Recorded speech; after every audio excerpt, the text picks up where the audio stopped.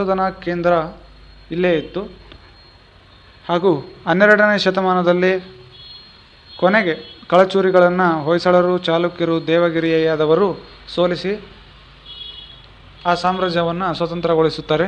ನಂತರದಲ್ಲಿ ಕಾಕತೀಯರಿಂದ ಈ ಕಲಬುರಗಿ ಆಳಲ್ಪಟ್ಟು ಕ್ರಿಸ್ತಶಕ 1321ರಲ್ಲಿ ಕಾಕತೀಯರನ್ನು ದೆಹಲಿ ಸುಲ್ತಾನರು ಸೋಲಿಸಿ ದೆಹಲಿ ಸುಲ್ತಾನರ ಆಡಳಿತಕ್ಕೆ ಈ ಕಲಬುರಗಿ ಬರುತ್ತದೆ. ನಂತರದಲ್ಲಿ 1347ರಲ್ಲಿ ಬಹುಮನಿ ಸುಲ್ತಾನರ ಸಾಮ್ರಾಜ್ಯ ಸ್ಥಾಪನೆಯಾದಾಗ ಕಲಬುರಗಿ ಜಿಲ್ಲೆ, ವಿಜಯಪುರ ಜಿಲ್ಲೆ ಮತ್ತು ಬೀದರ್ ಜಿಲ್ಲೆ ಬಹುಮನಿ ಸಾಮ್ರಾಜ್ಯದ ಅಧೀನಕ್ಕೆ ಒಳಪಡುತ್ತವೆ.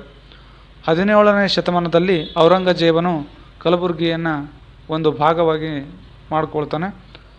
ನಂತರ ಹೈದರಾಬಾದ್ನ ಸೇನಾಧಿಕಾರಿಯಾಗಿರ್ತಕ್ಕಂತಹ ಅಸಫ್ ಜಾ ಎಂಬುವರು ಹೈದರಾಬಾದ್ನ ಸಂಸ್ಥಾನ